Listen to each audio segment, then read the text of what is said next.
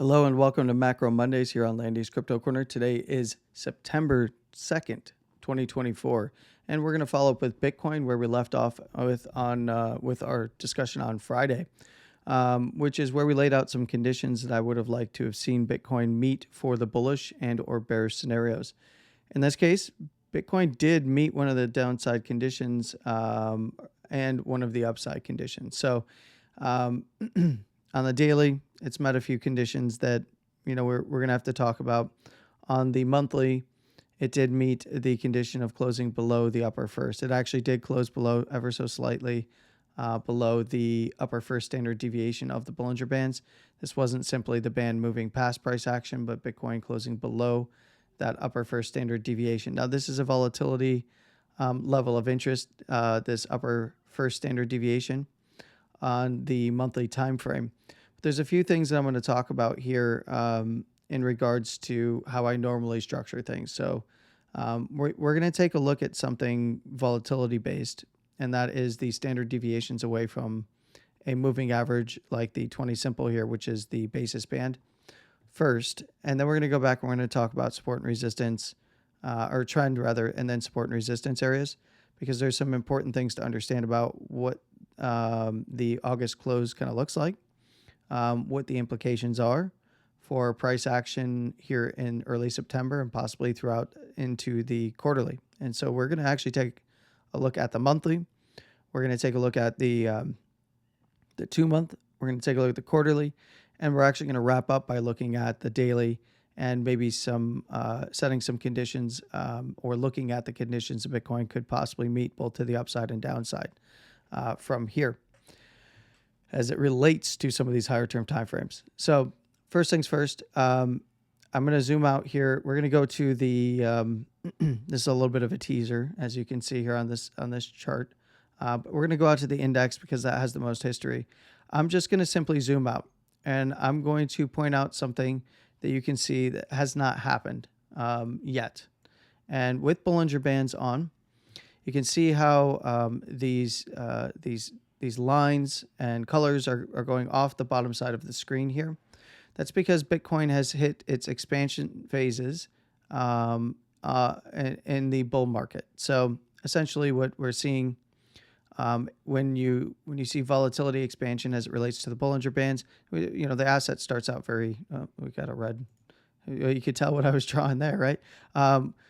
The most assets when they first list, if they're vertical like this, which is usually what happens with most exciting assets like Bitcoin, you're going to get very high volatility reads. So it starts out high, and then what do we see? The volatility decreases over time. So that's the maturing of the asset.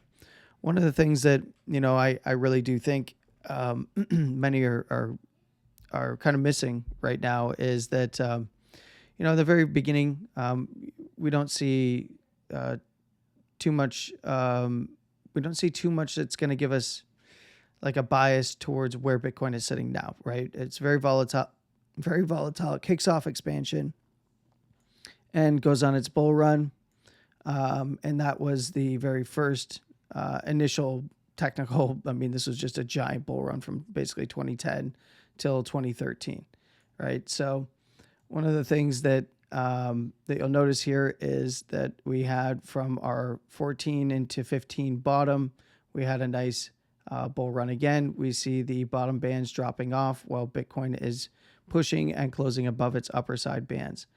And, not to quite the extent because Bitcoin started out very volatile, still very, very volatile upside move there in 16 into 17. We see the same thing. We see a little bit of a compression phase. We see the bands come back to normal here.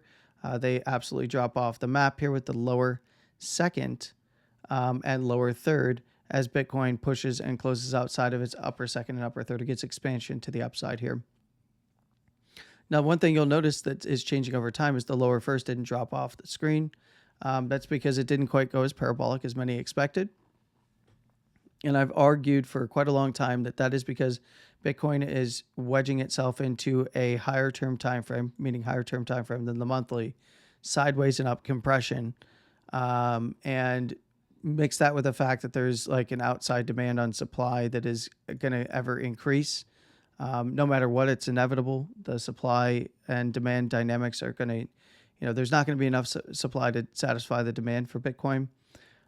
So its price will have to respond appropriately. But one of the things that I want you to notice is Bitcoin got some expansion to the downside first. This is because we've seen volatility normalization here. So I'm keeping this zoomed out just for a moment here. But Bitcoin, after it put in its essentially a double top, right, and with a higher high wick at $69,000, when zooming into, we're going to draw some correlations to the daily, by the way, and this arrow is going to get giant for a moment here. But essentially, for all intents and purposes, we had the 58.8 monthly close here, and then we have the 61.350 close. That's essentially a double top. Yes, it is a higher high close, higher high wick, but it couldn't break out of the $65,000 wick high. We weren't going to see that run then.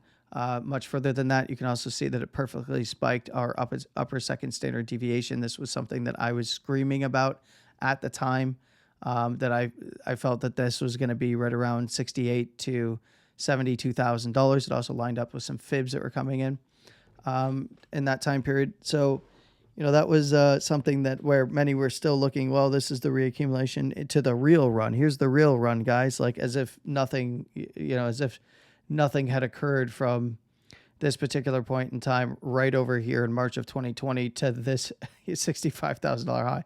The real run's coming now, right? Okay, so, I digress a little bit here, but one of the things that you'll notice was a little bit of a change in terms of volatility because we were getting normalization. And this is going to be important as we go forward into some of the higher term timeframes. But in this case, Bitcoin came down to its lower second most recently, and it just kind of consolidated around there below its lower first standard deviation. This is a 20 simple, so it was one standard deviation, almost 1.5 standard deviations away from the 20 simple on the monthly. Bitcoin mean reverted to it. We see a compression of the bands here, and then we see slight expansion as we got the closes outside of the upper second and third for two closures. Now Bitcoin has come back and inside of the upper second and lost last month, it's last month, but the August candle lost the upper first ever so slightly. Now from a volatility perspective, that tells me that it needs to mean revert. That's purely from volatility. So that's just one aspect of our analysis. One of the things that I find interesting about it is what we're going to get into now, and that's a little bit of support and resistance and trend. So as it stands right now, you can see that there is a swing higher low that has essentially been breached. We have a swing lower high. Many indicators are going to show you this, but and there's a reason why I have this on here, because this is what is getting a lot of people very bearish. They see the swing low to swing high here, and they're seeing then the swing lower low. When in reality, most indicators that paint like this, if you're going to go through and actually look at these highs, the highs have been decreasing over time. So this is a 71,943 high. This is a 71,939 high. Those are essentially equal highs. I know everybody's like crying about this one being a higher high swing because their indicator is calling it out. This is essentially equal highs, and the high above it in the month prior in April was at 72,756, and then of course our all-time high at 73,835. This structure is not a valid swing structure to me personally. One of the things that I will tell you is I do have the technical high in now on the monthly though. So this is very, very important to understand. Let's go ahead and get rid of the swing indicator there. And, I could customize that and try and play games, but that's what most swing indicators are going to show you. They're going to show you that ever so slightly higher high is your swing high. And now we're in a downtrend on the monthly in terms of swing structure. What I'm going to tell you is Bitcoin has put in a complex high. And the complex high came on the August closure. What does that mean outside of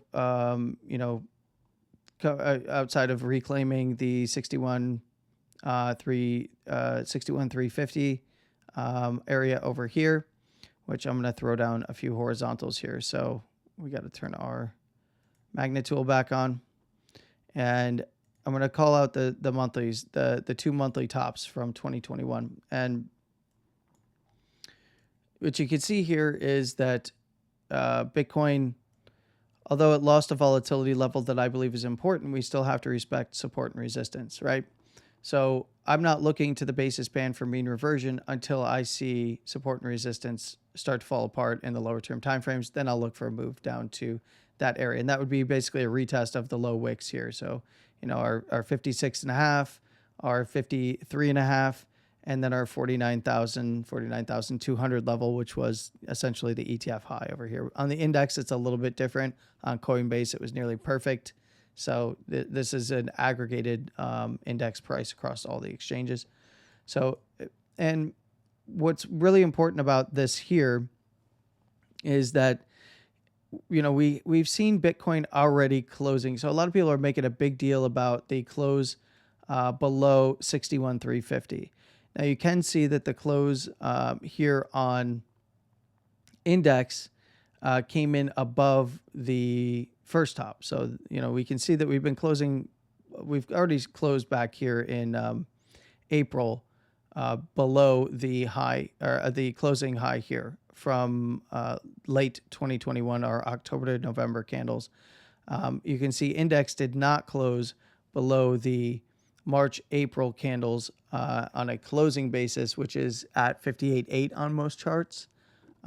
So, we don't technically have a monthly close that has broken the main support area. The other thing that I want to note, and we're going to get to in just a moment, when we look at the Coinbase chart, is you're going to see some charts are going to look a little bit different. Even if it closed and bearishly reclaimed some of this quarterly, which, by the way, this is a quarterly as well as a monthly. So even if it did bearishly reclaim some of that area, I'm not overly concerned about it. And one of the bigger things that I would be concerned about is if Bitcoin came all the way down here and lost $25,000, right? Or the close at 26, and we would see that on bearish reclaims of 31.8, right? That's likely where we would see things head. I realistically do not think that Bitcoin is in for any kind of trip like that. You can see that we have positive momentum. We have an uptrending structure here. And I'm not concerned about this swing structure. This is a closing high that was put in last month. And I'm going to show you why in my book this is a closing high. And you're going to say, no. It needed to break down from this wick low right here, and it didn't do it. You're right, but it closed below the close opens here. So because it did so, this is technically a closing high. It is a messy structure. Does it imply more downside? Not necessarily. Maybe locally to test the lows and maybe a bit lower.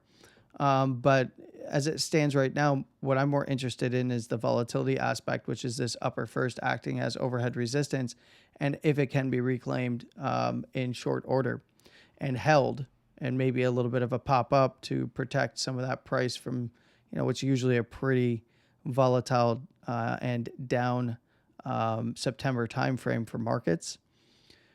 Now we do have, not every September has been that way, but many have, at least in the very first half as we head into options expiry towards the end of the quarter, end of the monthly, usually around the third week of September. And that is also occurring the third week of September here. So it is something that we need to be aware of. And I will follow up with, as we go on throughout the days. But I wanted to point out the structure here. When I'm reading this chart, realistically, the last higher low is down here. If this is going to be the higher low, this would be the higher low that would need to break down once the higher low is set. How do you set the higher low on the monthly right now?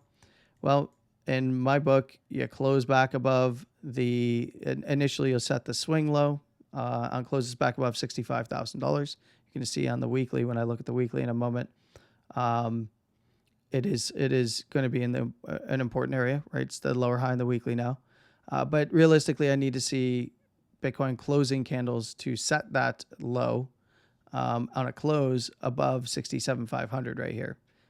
This is a very important area on the monthly. And then, of course, get continuation of the highs and higher. And that's realistically, or else it turns into a complex low close and swing that could be a lower high, and then if it breaks down from that, then we have a structure break on the monthly. As it stands right now, I'm not concerned about this particular this downtrend, even if it were to go lower. That is my piece on that particular part of it. But more importantly, we're going to get rid of this. We're going to keep the 58.8 basically here. We're going to go to the 2-month chart. And you'll see that there's some important areas. Bitcoin has already, closed the 2-month chart. Did close below it closed slightly above initially coming into our May into July here. Close opens here, but this did close on a reclaim of this particular high on the 2-month. And it's still kind of trapped in between the 58.8 and 61.350. So that is something to be aware of. This area here, when you flip to the quarterly, you can see that it's technically a little bit higher here on this chart, 59.350 for the index. When you look at Coinbase, it's going to be a little bit different, and that's the one that I like to use. So if we were to come over here, you can see this is 58.8. I had mistakenly said that Bitcoin lost the quarterly. It was a bearish reclaim. That's because on some of my derivative charts that I was looking at this morning, when I was in that Spaces event, did show it below there, and I hadn't yet checked the charts that I typically present to you. And in this case, it did save itself on the monthly, I believe, or yeah, it was like right on it for Coinbase. It was 58.968. Good job, Bulls. You managed to hold yourselves together on that quarterly. But more importantly, what I want to point out here is when looking at the index and these higher term timeframes, I want you to notice something that has not occurred on the 2-month yet. Do you notice it yet? Do you notice what hasn't occurred yet? I'll zoom out here. You see what's missing? Yeah, we haven't hit expansion yet on the 2-month. This is a big old consolidation structure. And when looking at this consolidation structure, how are you going to see, what's going to lead to this breaking out? Well, we had the extended move to the downside through the basis, right? Moves back to the basis, finds it as resistance. And then because it's moving back to the basis, and it's not important that you even understand that a basis is a 20 simple moving average, but more important that you understand that the moving, as price moves back to the moving average and gets these two close, these close opens kind of riding that moving average or the basis band here, we get an ever so slight compression because we were still in an expansive phase this entire time. Even in the bear market, Bitcoin was in an expansive phase. And it was then cooling down and recompressing as we were going into the bear, right? Or it was cooling down and recompressing rather, not as we were going into the bear, but as we were going into the bull, much like what we saw back here in March of 2020. So bear market low, we were getting that compression still coming into the March of 2020. The halving was in here. We see the pinch and then the move up on the 2-month chart. Now, one of the beautiful things about the 2-month chart is we've seen its first, real big volatility reset that I'm going to get into in just a moment here. When I talk about volatility, we're going to reference the monthly, 2-month, and 3-month. But the big thing here is, if Bitcoin's going to start, breaking out, it's got to close back above the upper second standard deviation. That would kick off expansion to the upside. I highly doubt we're going to see expansion to the downside, right? The only way that we would see real expansion that would be actionable would be movements away from the basis band, wherever that is, to the downside, maybe by the lower first. That's going to become more relevant in the longer term and the bigger picture. But I'm not looking at Bitcoin necessarily losing 40 and going for $24,000, which would be by that higher low structure on the 2-month. Now, what I would be looking for is expansion to kick off to the upside above the upper second standard deviation. That's at about 72.2. So essentially close above the all-time high. Bitcoin goes on a run. That's going to be its expansive phase kickoff for the 2-month. And the 3-month, which is the quarterly, which is going to close with the September closure. And this is going to be something that you need to pay attention to. So here on the index, you can see Bitcoin sitting on top of that quarterly. Looks quite nice. Trying to hang on to it for dear life. You want to see it sit on top of that quarterly at around that 59,385 or 58.8 on Coinbase. Depends on your exchange. I take the Coinbase being the one. But what I want you to notice here is the quarterly lower first. Still compression on the quarterly.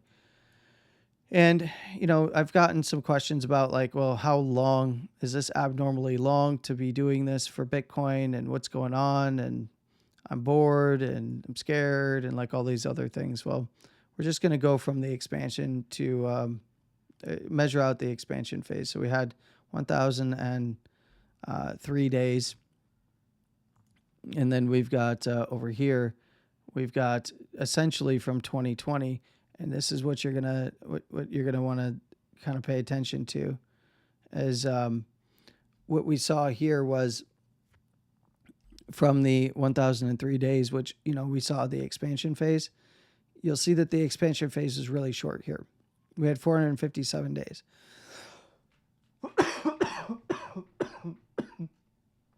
Excuse me. If you were to take the amount of time that Bitcoin was in a quarterly expansive posture after its first compression, it didn't paint any of this, right? So, but if you were just to copy that out, when you get to 1,003 days, you get right back to the basis band here.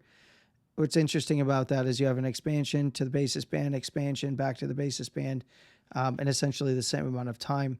But what's more important about this is that that's just an interesting tidbit there, that it was really right around the basis band at those, same kind of intervals. But realistically, what you see is the lower first dropping off the map because Bitcoin is doing what? It's closing above its upper second and upper third standard deviation on the quarterly, comes back to the basis, and then does so again for two big quarterlies there. You'll notice what it hasn't done yet. It has not kicked off its expansive phase on the quarterly. It has pulled away from the bands. It's increased the basis, and pushed its way into the upper second. Got a nice close open above it, and then came right back down to the lower first. The upper first, not lower first. Jeez, my bad. The upper first standard deviation, and has not kicked off any kind of real upside aggressive expansion. And what we're starting to see is that the quarterly is still in its compressive phase, and the way that this would get expansion is on quarterly closes back above the quarterly all-time high now, which is at 71,316. That would do it as long as it's closing above there and around $72,000, which is the upper second standard deviation. Then I'd be looking for it to take out its all-time high and higher. Run the upper third to around 90 and beyond. And this is very important. And the reason why I went through all of this, and I've spent like 22 minutes doing so, is because I've gotten so many messages saying it's over, Landy, it's so over. It's a bear market again, and we never got the actual bull run, and and it's the recession and this and that. And I'm like, look, you're getting bearish like at all the wrong times. If this is where you're going to get bearish, we haven't broken structure on the monthly. They referred to that swing structure that I addressed earlier. I do not consider that that essential double swing in the same area as valid swing structure for me personally. And I want to see closing structure, right? So a lower, if this was even your high put in on a close, right, then we're looking to the 56.5, 53.5, and 49. We still need to see a higher low, and then have that higher low break to actually break structure. So we're in for a long period of time before I think some of these things actually occur. Now, that meaning, a lower high, a lower low, lower high, or lower high, lower low scenario. I do think it's going to be quite a while for that to actually start to play out, and then for me to officially start calling the bear market. Just like back here, for those of you that were there, I was like, there's no way there's no feasible way. And from a fundamentals standpoint, there was no way that we were going to take out this last swing, a swing structure right here, which was the higher low on a close, right? So that candle that pushed up in October, that was the actual catalyst for expansion on the monthly. I was like, as long as Bitcoin is closed above $10,000, when this first put in its high in 2021, it's like we're in higher low structure. So I'm looking for a reaccumulation. Then we can look for equal highs, lower highs from there that take out this, this higher low, and then it's bear market on. Well, we got a lower high, and that was one part of the trend was the lower high here that then in the subsequent monthlies pushed right down and created the lower low structure. We're not in that scenario right now. So, for those that believe that is what's happening, I'm going to give you this little bit of a fun look at price, and that is that in just about every scenario. So close your eyes real quick. It's going to be a white chart. This is the electrical cost for Bitcoin. I have updated my chart. It's at 43,250. Now, I want you to see how that has some confluence with some key areas on just purely on our monthly Bollinger Band chart. You could see that the mining, the cost for electricity to mine Bitcoin, which has come down a bit as competition has decreased, on the network. You can see that it is marked here right around our basis band, which is actually at $44,000. I also want to call out a few other things that are important to understand in this area. Is we have the bear market lower high here. This was we had the higher low swing structure here, and then it tried to close this low, but it failed. It failed to close this as a closing low, and instead went into higher low swing to lower high swing and closed the close under here, closed the actual, this was the actual closing lower high. So it kind of failed to put in that higher low, lock that higher low in by making it a closing higher low, just a swing higher low to swing lower high that did get locked in. And you can see that area is an area of interest that I call out in my analysis a lot, because that is our 48,240 to 45.5 monthly, and you can see that Bitcoin is trapping the basis band between electrical cost right now and that big monthly area, the bear market high. So there's other areas to be aware of on some of these time frames, and that is this close open here, and you could call this the close open of the swing low. That's at 38,500, and I'm going to mark this because that is an important level. We have seen Bitcoin, retest some of these important levels, and in this case, I'm trying to get back to my arrow. Bitcoin retested on spot price, retested the ETF high, and before going on to make the all-time high. So Bitcoin has retested the ETF high, which was back here in January. Which, by the way, is we see that on a closing basis, Bitcoin's mining and electrical cost is sitting quite a bit higher than that right now. At the time, it was $30,000. So Bitcoin's mining and electrical cost was somewhere around this close open structure here. Now it's right around this close open doji. And you'll see that this this candle right here that I just marked, which was, we'll call it the 38.5 monthly close open of this higher low swing. Well, you can see that that's exactly where the ETF low. So after Bitcoin pumped into the ETF, it dumped off. Where did it dump off to? That major monthly level. And that would be fair game only if Bitcoin were to draw down to the basis band and go into some sort of a daily distribution that would keep bringing mining and electrical costs down. I would look for that as worst case scenario. And that's one of the reasons why I have some of the things on my board that I do when I'm going to pull up the support and resistance chart for the local stuff on the daily and start defining some criteria real quick. But we're going to remove these particular drawings. We don't want to remove all my drawings, so we're just going to get rid of this stuff. But I wanted to point out kind of what the structure was there, and kind of give you the lay of the land for that stuff. There is some bearish points to be scored here for those bears. They've got their signal. There's oh my God, it's bearish divergence and continuation and all this other stuff. You know why I didn't actually print that way? because of the actual time frame, even though it called the high on the monthly, right? So it hasn't printed that way. I need to see in trend bearish divergence, and I don't see in trend bearish divergence right now. Whereas we used to get all the bearish divergences from the beginning of time, there is no in trend bearish divergence. We have a structural change, we have a volatility change, we have a bearish reclaim of the all-time highs over here and on the wick basis here. So all kinds of new stuff happening for Bitcoin, and it's throwing a lot of people. We also see that we have a momentum indicator like Stoke pointed down. $65,000 is going to be the monthly momentum pivot. So Bitcoin closes back above there. This flips back to the upside. And it just so happens that if you flip over to the weekly, what do we have here? We've got a downtrending structure still. We have a lower high set.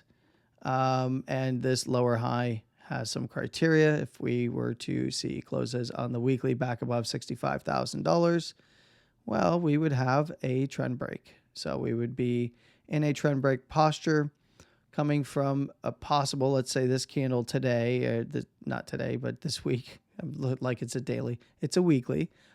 For this week, were to just rocket itself right back up and take that area out,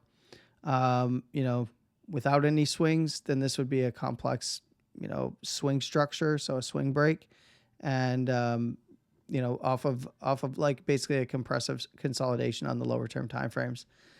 So essentially what I'm looking for is closes back above, because it is a messy structure, and we've seen this before. It occurred and I'll just bring you back in time a little bit. We're going to go back in time. Today's a long video. We're going to go back in time. This was quite messy as well, right here, where the swing structure was kind of breaking down, but then it kind of pulled up in some order block zones here and put in a higher low, higher high, higher low its way out into the expansion on the weekly again. One of the concerns is on the weekly is that we're looking at a distribution structure like this, and we're going to get a giant red candle down. So this, was 2019. Could we be looking at something like that? I'm not totally sold on that because of where electrical cost is, but it is something that is only really valid if we start seeing closes below the lower second that get expansion into the low and lose that $49,000 low. Then I'd be looking for that expansive posture down, right? So we're talking higher term timeframes here, not intra-week moves. But if we start seeing weeklies close back above 65, that's good for the bulls. I'd be looking for them to quickly run $70,000 to 72 and then 73.35 and go on the run to the upside. But I would be expecting maybe a little bit of resistance, maybe a little bit of swing structure up here for higher high swings, and then come back to it. Maybe it does just a swing structure, not a closing structure. As it stands now, it's in swing structure territory with the closing high here. Going to get a swing low, a swing higher low to trend break there. Great. That would be perfect. That'd be a perfect way to really screw with the bears. Maybe towards the end of September. So we're going to keep an eye on these weeklies as they come in. Don't get too excited on pumps that fail at $65,000 or below. Closes above there, then we can start, entertaining, being excited for the bulls. Right now, we've been pretty excited for the bears. And as you all know, I don't have a bias. I don't really care. I'm a trader. One of the things that I also wanted to point out here is daily structure. If it were to fail, then you have your traditional head and shoulders pattern. But this is not yet a developed head and shoulders. There's like a complex inverted head and shoulders in here. This is a shoulder, this is the head. Then if it were to fail in the same area at the upper first for your pattern traders, then you'd have a head and shoulders. But remember, these have about a 50% hit rate on both sides. So success rate for these patterns. I would just stick to support and resistance and track it from there. All right, so let's go ahead and get into this daily a little bit. There's so much that I want to talk about that I'm not going to because it's already 35 minutes in. But I wanted to kind of just point out some of the higher term time frame stuff. We're going to get to the daily, and then I'm kind of leading you on because there is one big thing that I'm going to talk about here shortly that I think is important, and that is those of you who are willing to stick around till the end. you get the extra alpha here. So we're gonna go with this trend that is a downtrend on the daily now, on a swing and a closing basis. What is the criteria for Bitcoin to kind of start working its way back to the upside here? Well, it's got to close a low at minimum. And what does it have to beat in terms of swing structure? It has to take out the 61,200. Then I'm excited. And then it can go, and we're looking for 61.8 essentially across these wicks, and this close open at 61.7. So essentially 61.8 to 62.8. Then I'm looking to the 63.8 level, and then a run back towards that high at $65,000. Of course, that would be encouraging for the bulls if they can do that. This is a trend breaking structure. So realistically, I'm not looking for like impulsive moves until I start seeing some, breaks to the downside. And even then, it's right into some major supportive areas. For those that are looking for an impulsive move or an expansive move, if you like. But essentially, to close a low, closing realistically anywhere above 59,364, basically 59, 350, 360. It's trading above there right now. If it does close there, that would be a low. I'm then targeting 60,000 to 60,300 here at the bottom side of our risk zone. Above there, then we have to look right to that 61.2. In the lower term timeframes, you can see that was essentially a spike into this order block that was sitting at the 60,300 on that close open down here. But we see that failure spiked essentially that close open structure there from the 22nd of 21st to 22nd of August. So pretty key level if you're looking at dailies and you track dailies like that. But above there, then we're looking at 61.8, right? Because that's even the top side of that. So if you hit the candle bodies, you're looking for the top side, which happens to be confluent with this lower high over here, then 62.8, and then that 63.8 to 64, and then 65. Above there, 65.5 to 67.272, then 68 to 70, 70 to 72, 72 to 73.835, and then a run a little bit higher than there. One of the big things that you do need to be aware of is if things do get nasty to the downside. You'll see that I've got two different electrical costs here. Let's go ahead and hide one of them. Which one do I want to hide? This one here. Let's hide this guy because we have the BTC mining electrical cost here, the total electrical cost to mine Bitcoin. One of the key areas that I wanted to show you is if Bitcoin in a crash scenario does get down there, I do think that it might spend some time in target 2 around that 45 to 48 level. I did knife through target 1 of distribution into target 2 essentially. And if it were to knife through down to we're talking crash scenario, because if Bitcoin were to trend its way down there, you're going to see this keep dropping into our target 3 of distribution. But in a crash scenario, I would look for, all of these supports on the way down into that mining electrical cost. If it were to trend down, we break down from 58.5 here, or I'm sorry, 58.5, 58.4 here at the top side of the risk zone. Start taking out the 55,850 at the top side of the danger zone, work our way through the $54,000 close, down into target 1, 53 to 50, into target 2, which is our 49 essentially to 45.5 at that monthly. You can call it 45 to 48 if you like. It's a big monthly zone. It would have to trend in these areas for miners to really start pulling their hash power down. That's shutting machines down, bring competition down the network.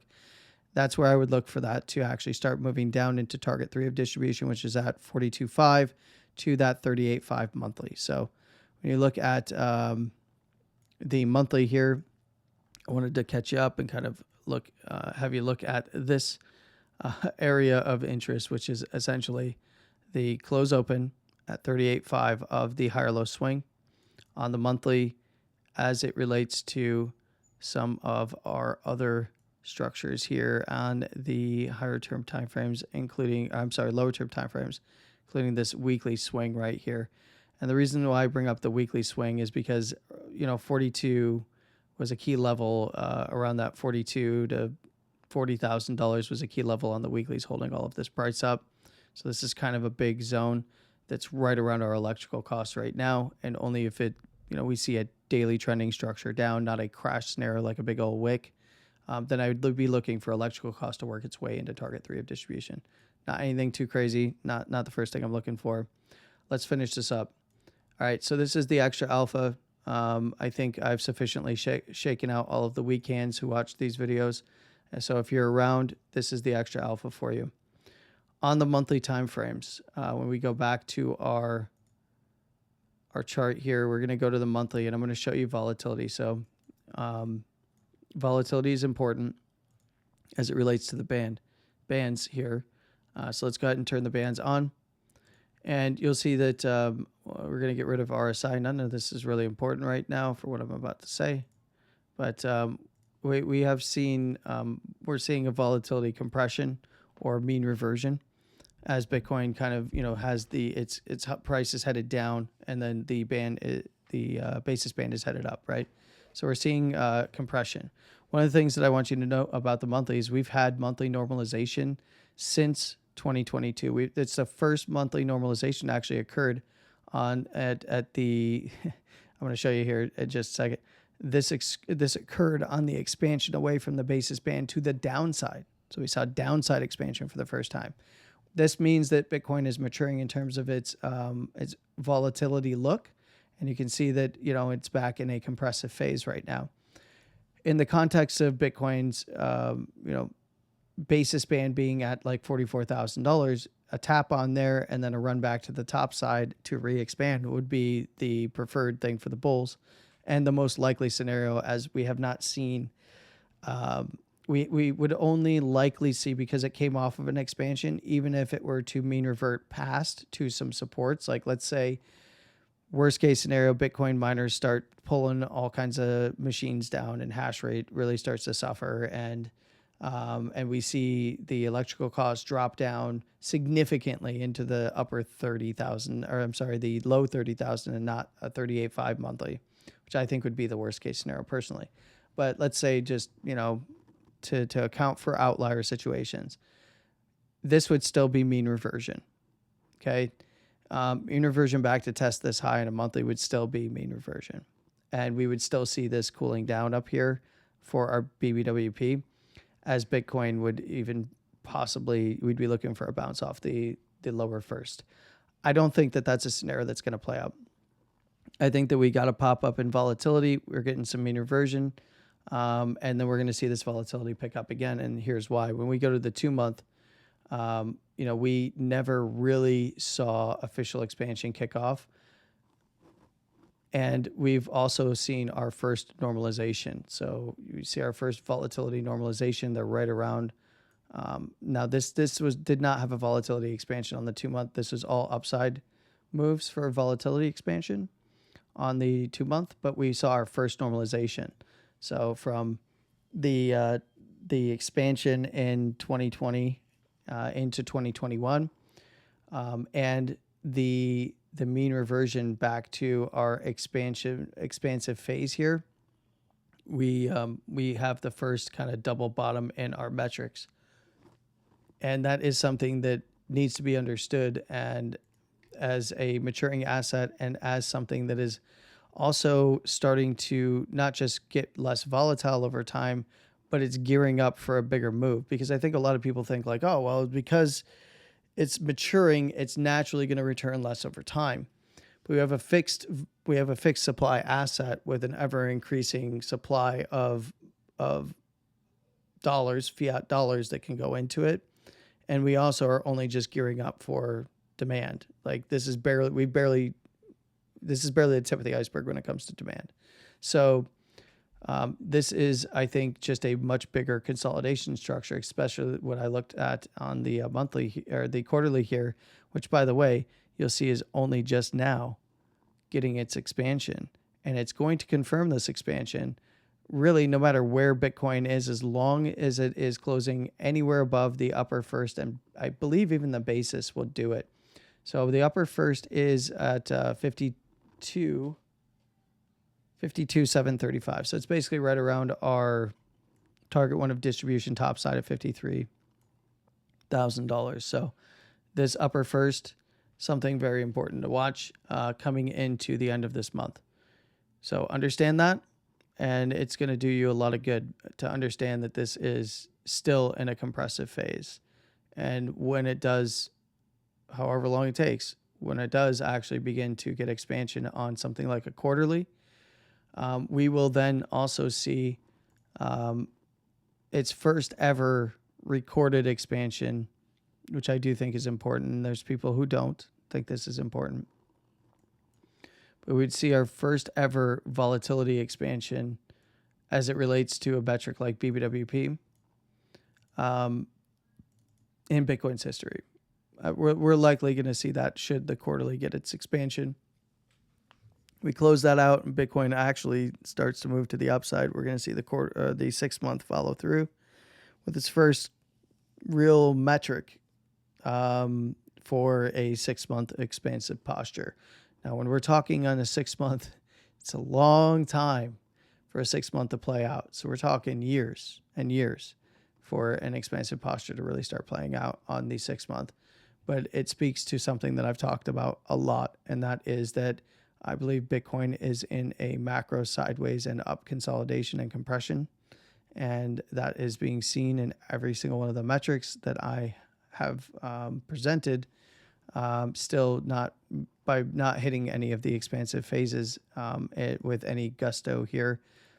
You know, if I'm not seeing the bands expand, but I see volatilities expanding as it relates to the bands, that's encouraging that the bands will expand next. That doesn't mean they have to. It can go right back down and start consolidating again. And, you know, not to like kind of not to be bearish, but that's actually, you know, that would be a good thing, honestly, for a lot of people that need to get into Bitcoin.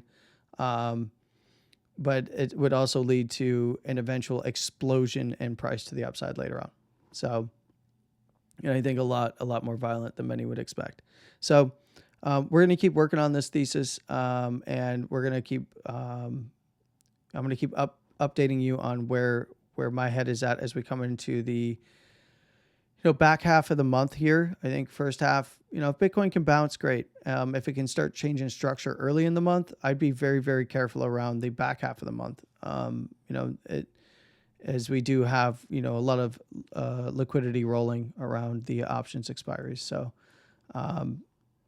if you're bullish and it starts to put in a daily low and work its way up, maybe it starts to run right back to the highs. I'd be looking for some potential highs being put in, and or if it starts to run to the downside, I'd be looking for potential lows to be put in, kind of around those events, mainly because of the way in which options are going to roll. One of the things that's actually beneficial for Bitcoin as it relates to the ETFs is we don't have the options. We don't have options for these ETFs yet. So Bitcoin remains pretty insulated in that regard. And I'd like to see if it changes its picture further. As many of you know, Bitcoin has not playing the same way that the wider market structures in traditional markets are playing. So it was a little early to the move. As what some are saying, but I'd argue that it's actually playing a little bit differently than traditional markets. I've argued about the 2 clock theory.